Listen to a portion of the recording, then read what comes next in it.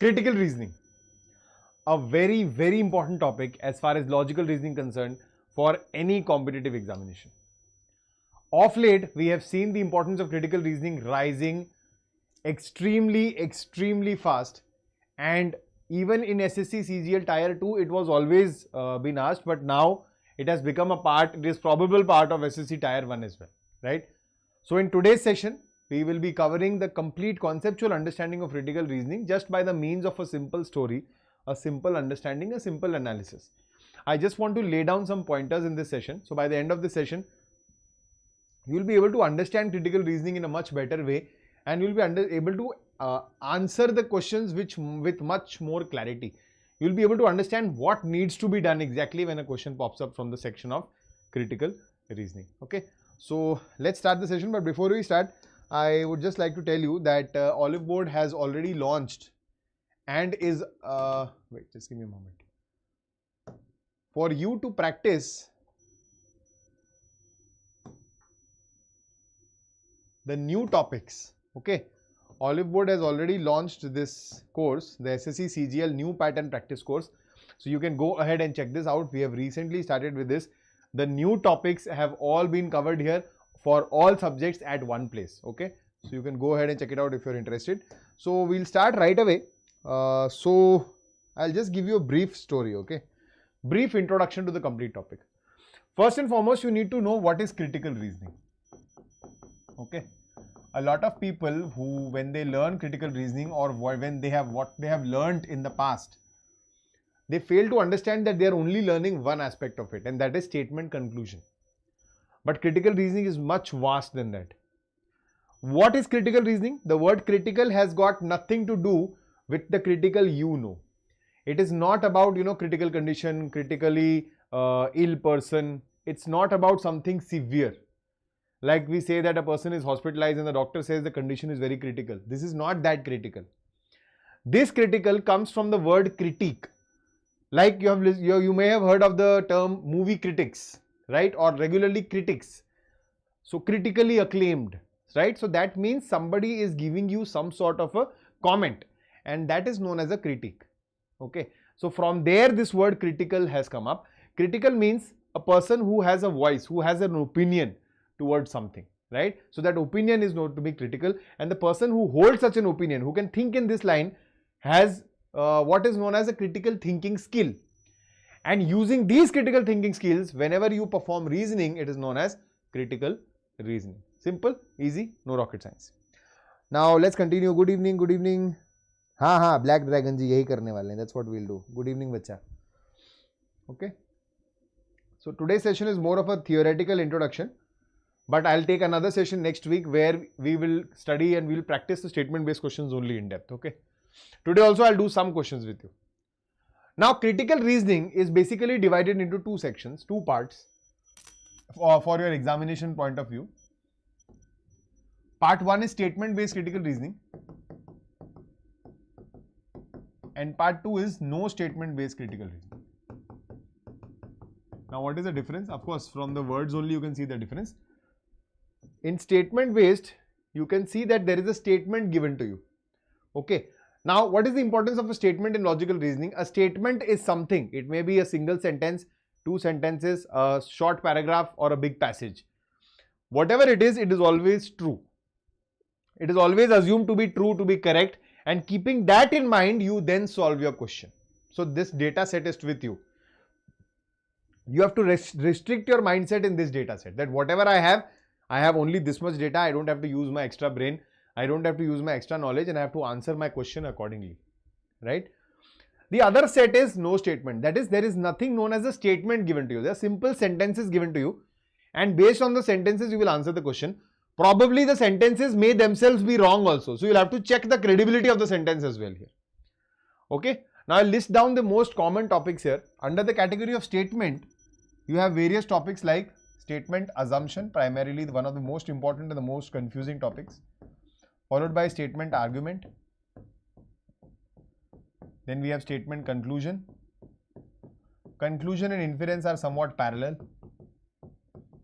but not the same. And we have courses of action or course of action.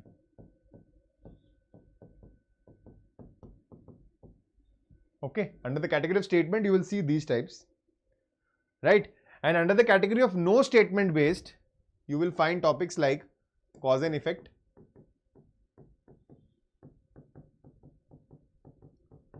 assertion, reason,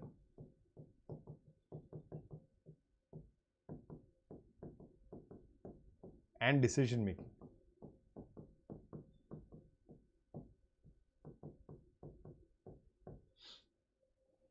Okay.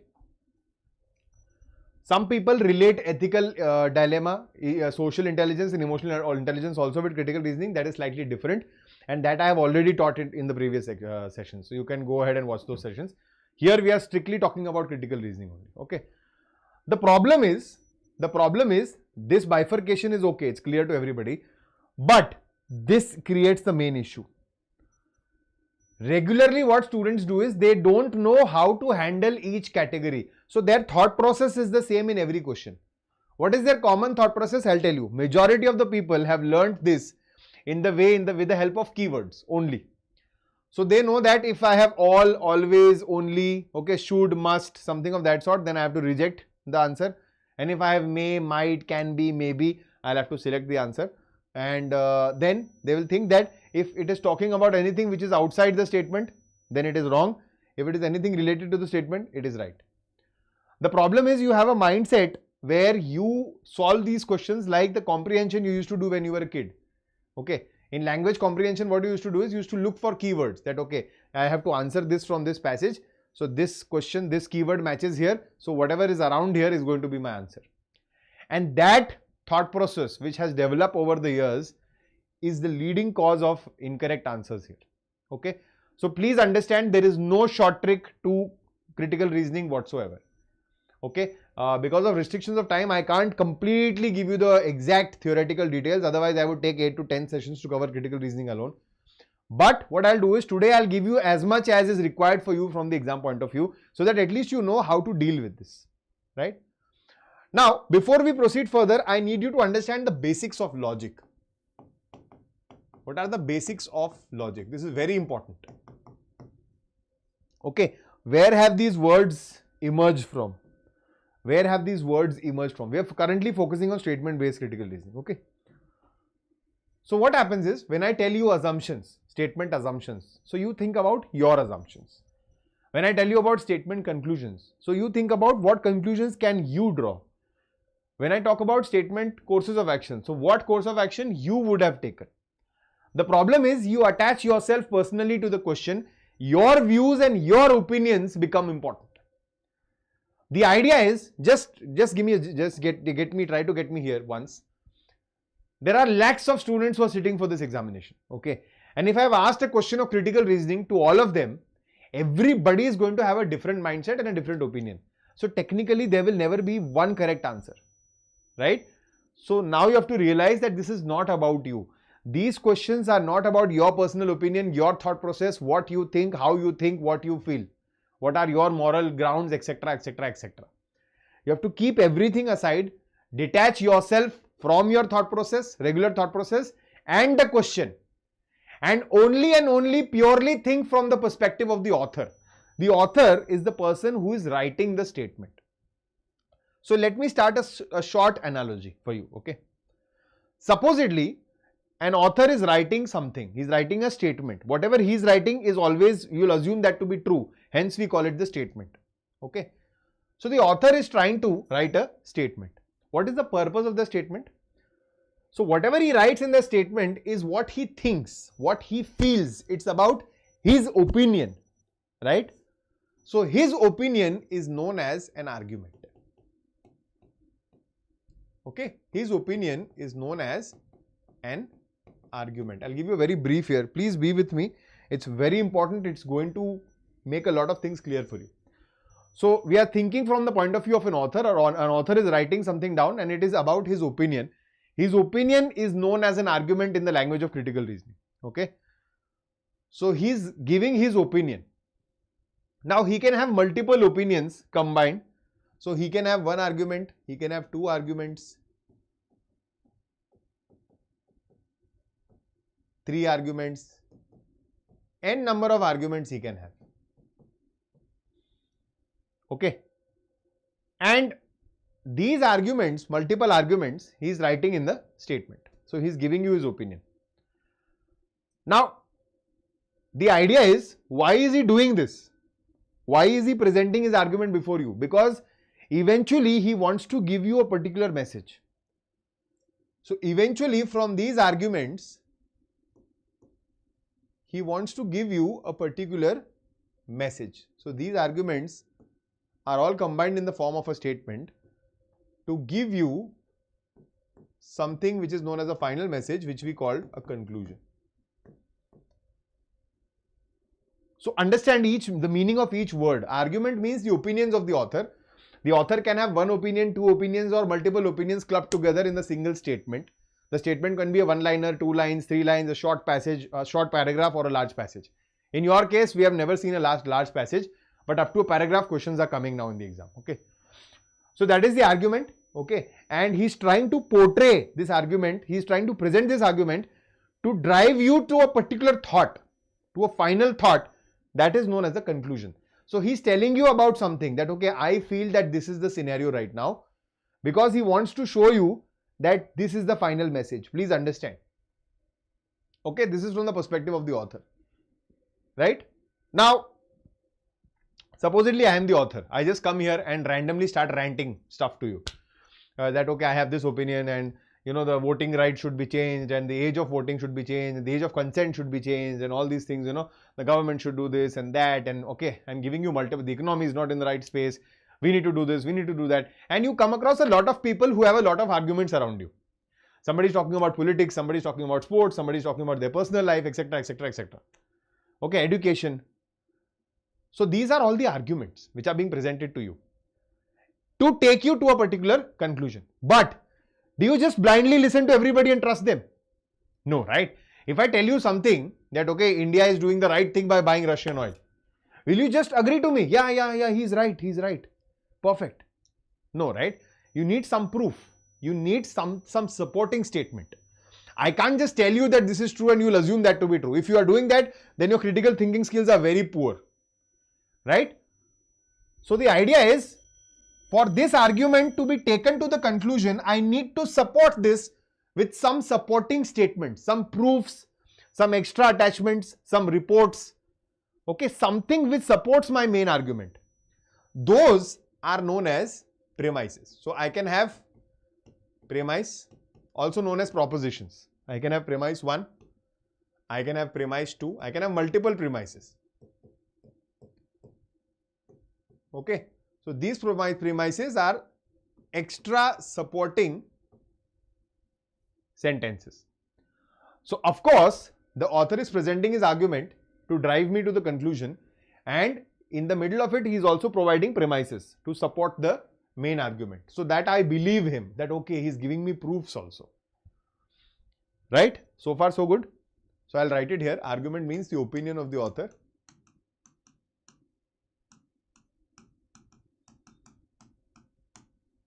Premises are supporting proofs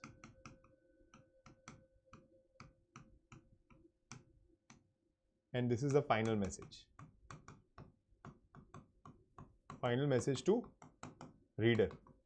So you are the reader basically. In the examination, when you are reading the question, you are the reader. The author is the examiner who has written the question. Now, this is the most important part.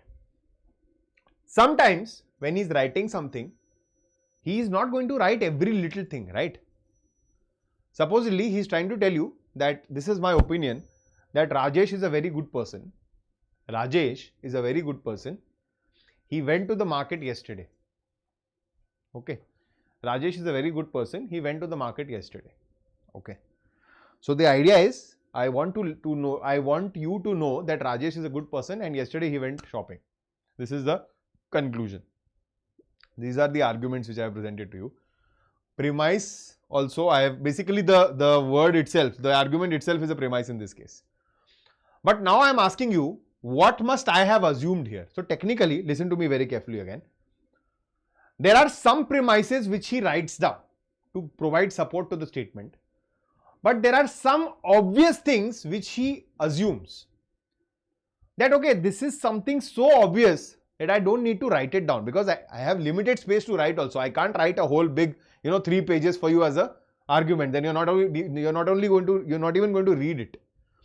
So to make it shorter, what I'm doing is, whatever is very obvious, which I don't need to write down to mention, which I take for granted, I think that my reader will understand just by reading the rest of it, that I have assumed this, I don't mention it. Okay, that is also a premise.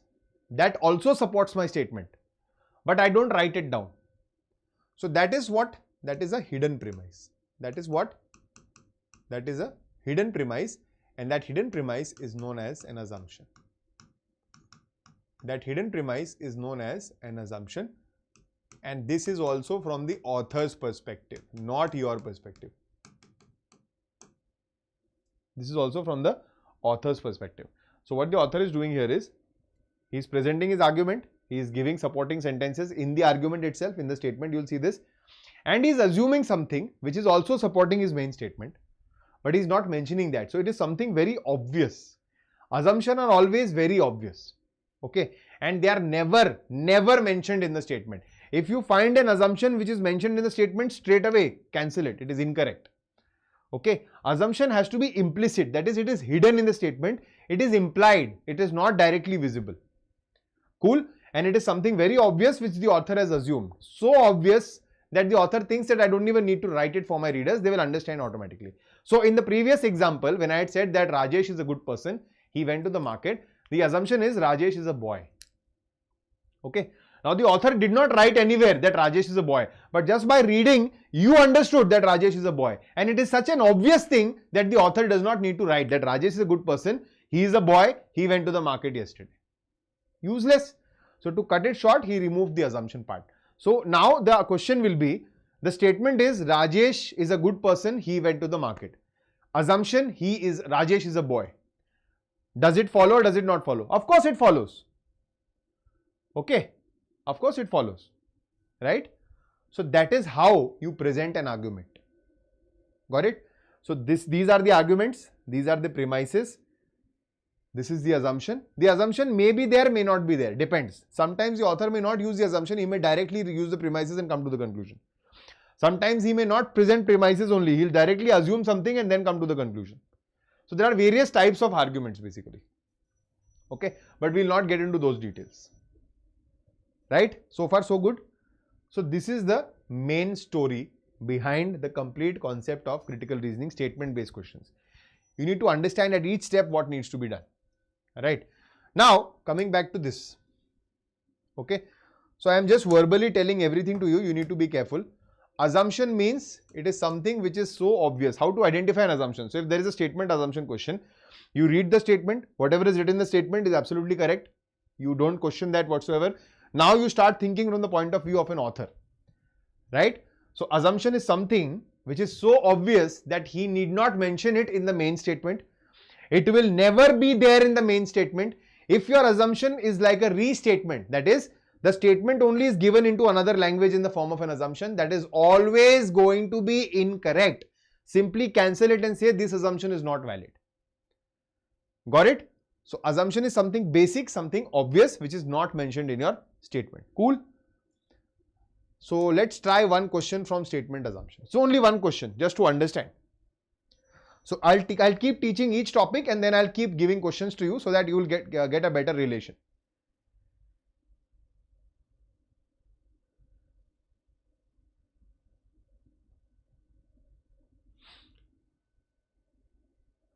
So this is the question.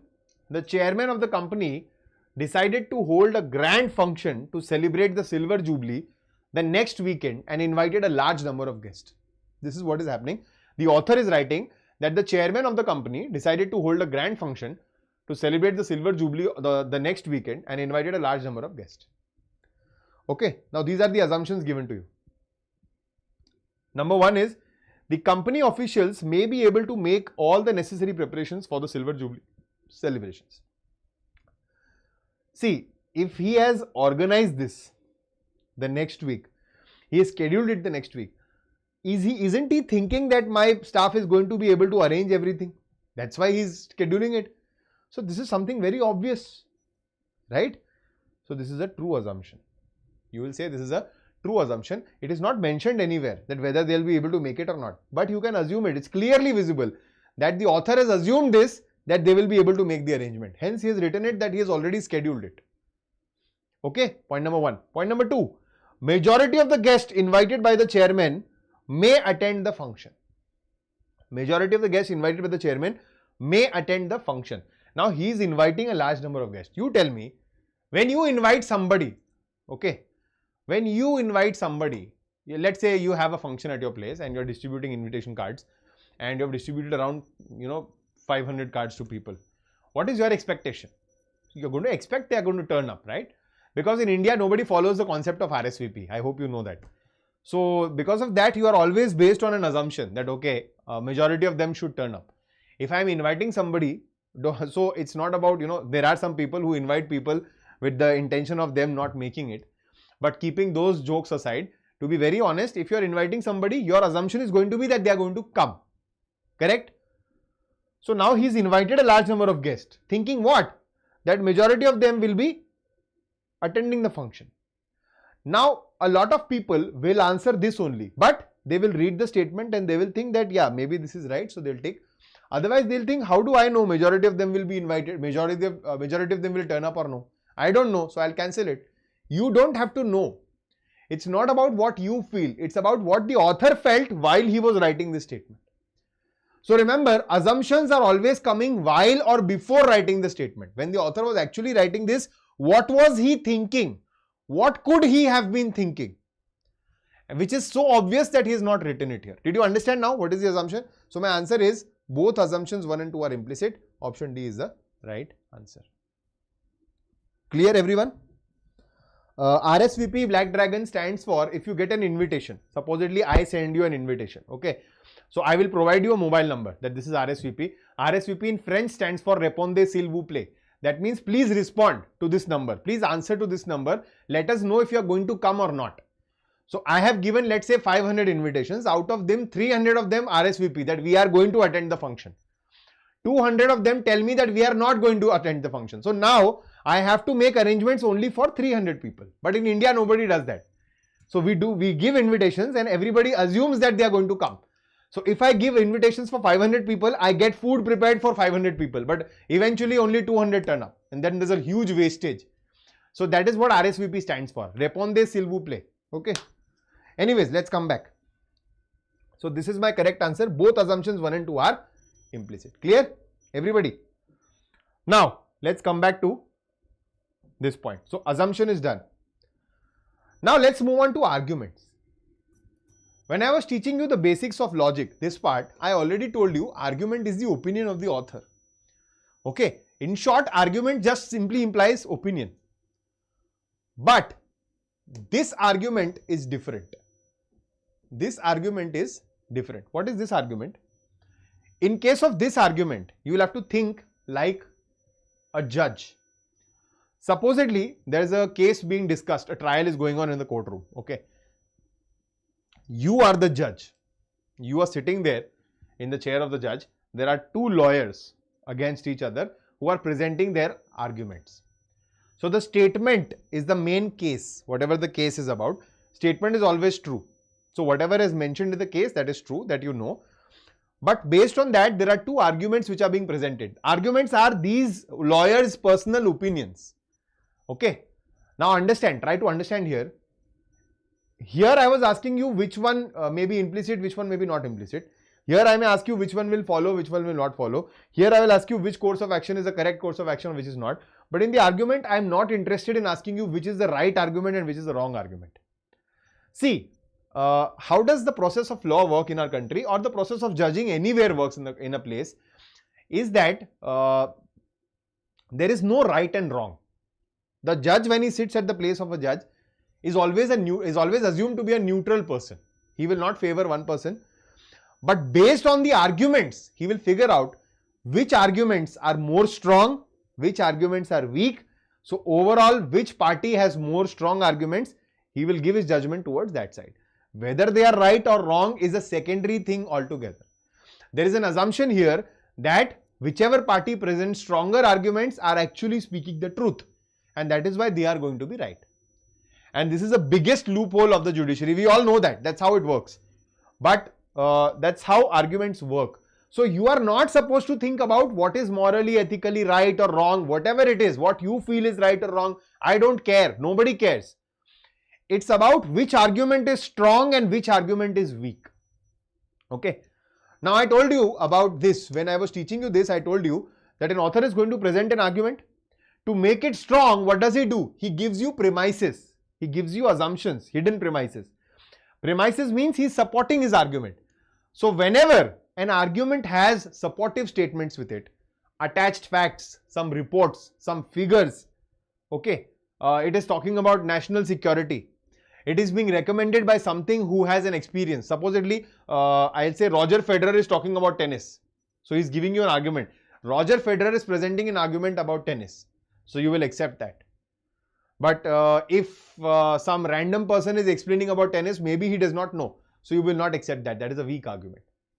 Okay. So that is how arguments work. If these are the cases, it's about a government notice, an appeal, something of that sort, then those arguments are strong arguments. But if the argument is a comparative argument, comparative means supposedly now USA is telling us that we imposed tariffs on China so that the trade is in control. Hence, if we apply the tariffs on India, the trade will still be in control with India as well. That is not a very strong argument to make, because just because something worked somewhere else, it may not work at your place also. So argument by comparison or by example is the weakest argument. So always by default you will say this is an incorrect argument. This is a weak argument. Okay. So try to understand, you only have to identify strong arguments or weak arguments. We are not interested in what is right and what is wrong. Cool? So far so good. So what do you have to ask yourself? You have to ask yourself, if I have two arguments in front of me, one can be for, one can be against. Out here your assumption can never be against your statement. It always has to be in the favor of statement, because assumption is a premise. But arguments can be against your statements also. No problem with that. Even then they can give you the correct answer, because we are only looking about strong arguments or weak arguments. We are not concerned about right or wrong, correct or incorrect. Okay. So you have to ask yourself, which argument is going to win this case? If I have two arguments in front of me, which one argument would have forced me to say that the case is in their favor? That argument is your strong argument. Cool? So we'll do one question from statement arguments. Though I'll keep it very simple today. Arguments pertaining to national security, they are always strong arguments. Now think about this. This is a statement given to you. Should India give away Galwan Valley to China? Okay. Should India give away Galwan Valley to China? Argument says no, Galwan Valley is an integral part of the India. Argument 2 says yes, it will help settle conflicts. Okay. Now this is pertaining to national security. So if article is talking about our integrity, sovereignty, if the argument is actually weakening our integrity, then that is always a weak argument. So here it is talking about our integrity and it is strengthening it. It is saying that we can't give Galwan Valley to China because it is an integral part of our nation. It is talking about the integrity of our nation. It is talking about our sovereignty, our decision, our space, our territory. So this is a strong argument. Okay. Even if it is against the statement, not a problem. It is still a strong argument. Is it right? Is it wrong? I don't know. If we don't give Galwan Valley to China, maybe we'll end up having a war with them. I don't care. But currently in this situation, this is a strong argument, because it is telling me, it is giving me the answer that no, we should not do that. And it is giving me a supporting reason that why should we not do it? Because it is an integral part of our country. And that supporting statement talks about the national security. So I will go ahead with this argument being strong. Let's read the second one. The second one says, yes, we should give away Galwan Valley because it will help settle conflicts. Now this is also providing a premise to you, but not a very strong one. Okay. And it is just giving you a reason that, okay, we should give away Galwan Valley. So now this is questioning the integrity of our country. Okay.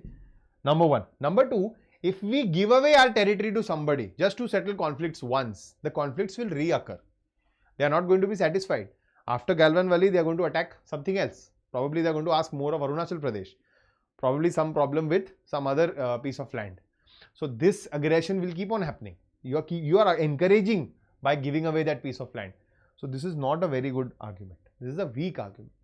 Maybe this is right. Maybe by actually submitting the Galvan Valley to China, maybe we might make a deal and there might be peaceful relations for a very long time. But out here in this situation, it is still a weak argument. So what is my correct answer? My answer is only argument 1 is strong. Got it? That's how you need to think about arguments. You will feel a lot of times that the question probably is incorrect, or probably my thought process is telling me something else, but still you have to stick to one thought process, that is the author's thought process. Cool?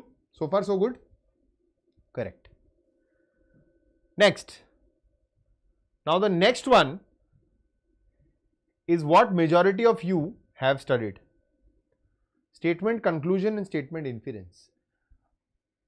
This is how all of you answer all questions based on statements. All questions based on statements you answer with this method only. But this is exclusive to statement conclusion and inference only. What is conclusion and inference? As I told you, conclusion stands for the final message that the author is writing such a long statement. What is the main purpose of it? Why? What does he want to tell you finally? What is he trying to tell you? What is it all about? That is my conclusion. Okay. What about inference? Inference and conclusions are two different things. Okay. Conclusion usually is only one or maximum two from a set of statement or statements, or a paragraph or a passage. So basically the author is writing a lot of things, supporting them with extra premises, proofs, etc. for me to understand and to be driven to one final message, that is conclusion. But when I read the statement, from every little part of the statement, I can draw multiple meanings. I can derive meanings, implications. Those are known as inferences. Okay. So in a statement, after reading the whole thing, maybe I might get one conclusion, at maximum two. But in a statement, even after reading a few words or part of the statement, I can still get a lot of inferences out of it. Okay. Remember, all my conclusions are always inferences at one point, but all the inferences can never become conclusions. So there may be 10 inferences from a single statement, but only one of them will become the conclusion. Understood? This is the difference between conclusion and inference. Now, when teaching you assumptions, I told you that the assumption which is a restatement, that is the assumption which is actually a statement in another form, is always incorrect. An assumption has to be implicit. On the other hand, conclusions are majorly explicit. So if you find a conclusion or an inference which is simply statement written in another language, they are always true. You will say that they are correct. But conclusion and inferences may be implicit as well. That is, they may look like assumptions also, where they are hidden, they are implied, they are not directly visible. So both kind of conclusions are correct. You just need to identify what the author was finally trying to tell you. What the author was finally trying to tell you, what was the main purpose of this whole conversation, of this whole statement, that is your conclusion. You need to pick that up. And that is always mostly in the scope of your statement. It is related to your statement. It is never against your statement. Okay. So this is conclusions and inferences. Cool. Now the last part of statements is one of the most interesting and easy parts, that is statement course of action. Now what happens here? Out here, the author enlists the problem as a statement. Okay. The author enlists the problem as a statement. The course of action holds the solution to it.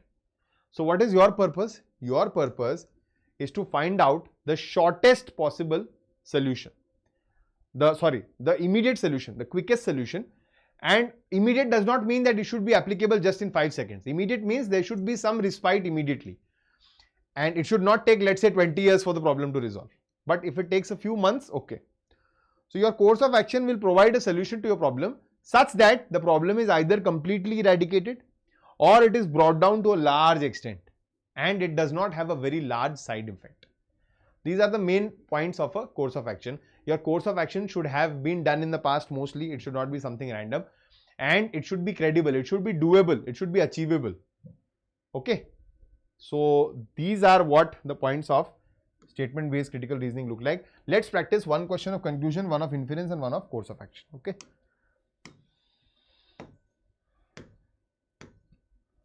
So I have a lot of questions for you. I will be practicing these in the next practice session with you for this one. So this is for conclusion. Look at this question, all of you. Try it out.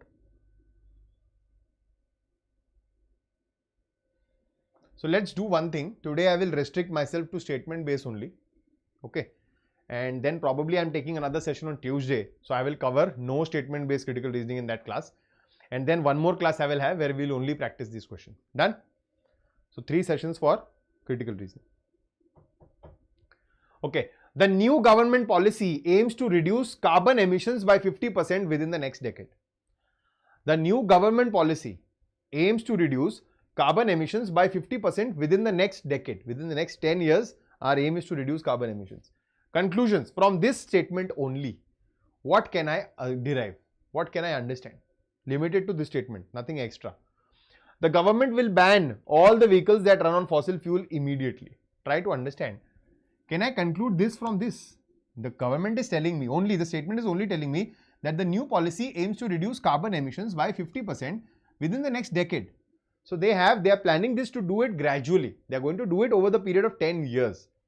And this is completely opposite. This is saying vehicles running on fossil fuels will be banned immediately. No, I cannot derive this from the statement. No, can I? I cannot. Simply incorrect conclusion.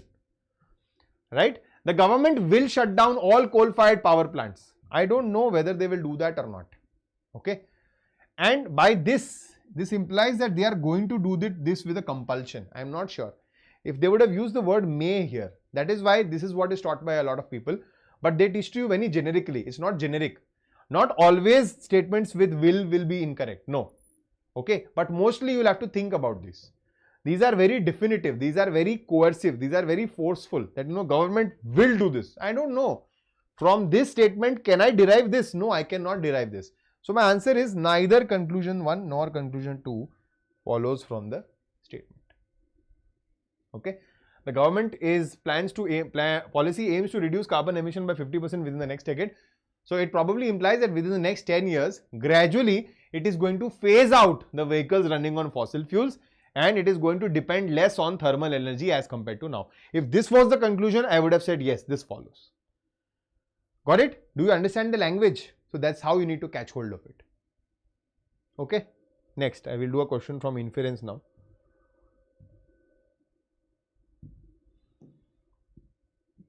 Very interesting question this is. A lot of people end up getting an incorrect answer here. In recent years, child labor has increased in big cities. In recent years, child labor has increased in big cities. What meanings can I draw from this one line? That is an inference. Migration to the big cities should be controlled. Now, this inference is trying to tell me that the child labor problem in big cities is happening because of migration, because people are coming from other states to this particular big city. So that is why the issue of child labor is increasing. That is not right. Maybe those who are actually working as child laborers are actually residents of the same state for maybe years now, the same city.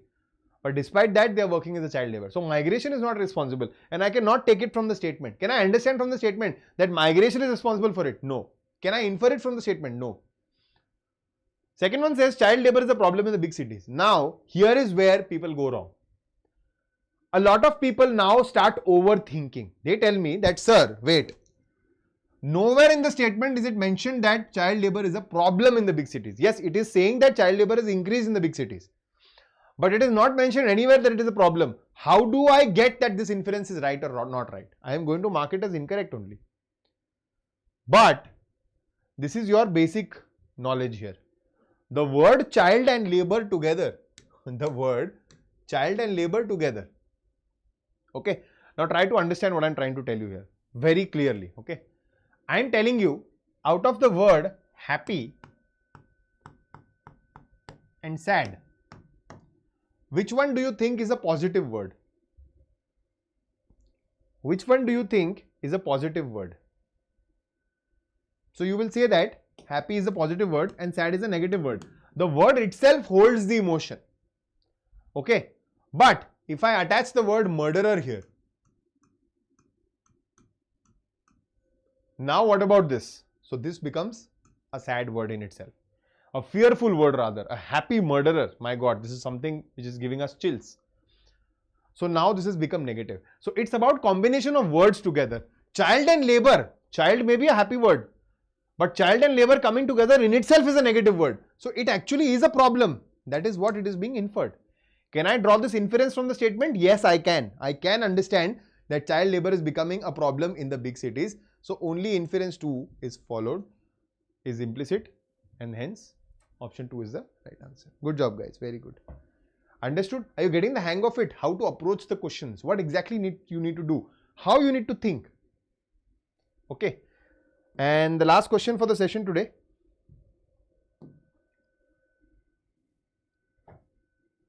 The growth of cryptocurrency, Bitcoin.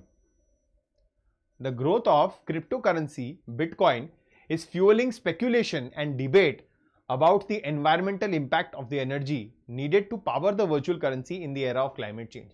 And this is actually going around. A lot of people are saying that virtual currency and digital currency, whatever we are maintaining, now requires a lot of servers. That servers need a lot of energy to maintain those servers. They need to be temperature controlled. They need to be in an optimum climate zone. Some servers are buried deep into the sea. Okay. Some servers are constantly in presence of, a cold temperature to resist heat. So there is a lot of energy which is actually being drained to maintain that data. Now Bitcoin in itself is a currency. To keep the money, the currency running, there are separate energy inputs which are going in to maintain this currency alone. So this is leading to extra depletion of resources, which in turn affects the climate. This is the statement. Okay. What are the courses of action? This is a problem statement. This is the problem which the author has highlighted here. What will you do to immediately resolve this problem? Now, listen to me here. I'll tell you one more thing. Whenever you have a course of action, whenever you face a problem in the statement, remember you are the topmost authority who can solve this problem. Assume yourself to be that. And if you are a topmost authority, probably a government official, you can just not start solving the problem right away. There are a lot of protocols into place. So you alone cannot bring a large change. So what will happen is, if some problem creeps up in front of you, if you form a committee over it, if you take some advice from somebody, that is also a valid course of action. That is also a valid and sensible course of action. Be careful about this. So if that comes up as a course of action, always correct, tick mark and move ahead. Don't think that how is this going to solve my problem? Forming a committee, so let me reject it. No. Forming a committee actually is the first step towards solving the problem. So you will always approve it. Okay. Now coming back to our problem, courses of actions are: the use of Bitcoin should be stopped with immediate effect if the environmental repercussions are severe. Here, this solution is going to solve my problem. Okay. Environmental problem is going to go away, but it's going to lead to a new side effect, which is very large. Suddenly, the economies, etc., everything is going to be brutally affected if I just stop running Bitcoin and cryptocurrency altogether. There are a lot of transactions which we don't know about. Some may be legal, some may be illegal, which are going on in terms of Bitcoins. And suddenly, if we stop it, it can always backfire in a very negative way. So this is not the right course of action. Doing something immediately on the brink of it is not right. You have to look at the long-term repercussions of it. So this may be a good course of action in the sense that the problem will be eradicated, but some new problem, some side effect will be generated which might be larger than the problem itself. So we need to avoid that. The pros and cons of using Bitcoin should be weighed, and before making any decision of banning cryptocurrency, I think this is something like forming a committee. We need to weigh everything first and then take a proper decision. So this is the right course of action, not a problem anyhow. The third one says any cryptocurrency should be used with caution as people can take advantage of its anonymous nature. A lot of people feel, yeah, this is right. What's wrong here? You need to be careful because Bitcoins are anonymous in nature. So people can take advantages. I can be made a fool of. You can be, sir. That is not a problem. But this does not solve this problem. It is not talking about the environmental impact of Bitcurrency. So this is also wrong. So only one conclusion, only one course of action follows. Only course of action 2 follows. Option B is my correct answer here. Correct and meaningful answer. Okay. Cool. So that's all for today. I will stop here. This is critical reasoning. Okay. A quick revision if I give you. This is just the one figure which I want to show you. This is going to say, this is going to talk it all. Okay.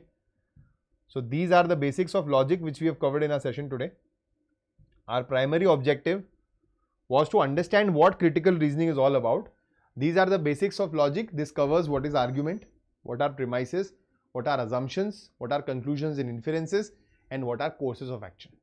Okay. So I am done with the statement based part completely. At least you now know that each word, each keyword holds a different meaning, and for each question you need to think differently. So we are done with this portion today, and we have practiced one question from each section just to understand what it is. Okay. Now we will cover this in the next session, and again we will practice one question from each session, and then I will bring one session which will have mixed questions from both these topics as a combined practice for all of you. Right? So with that, I will end the session here today, and I'll see you guys in the next session. Till then, you guys take care. Bye bye. Namaskar. Jai Hind.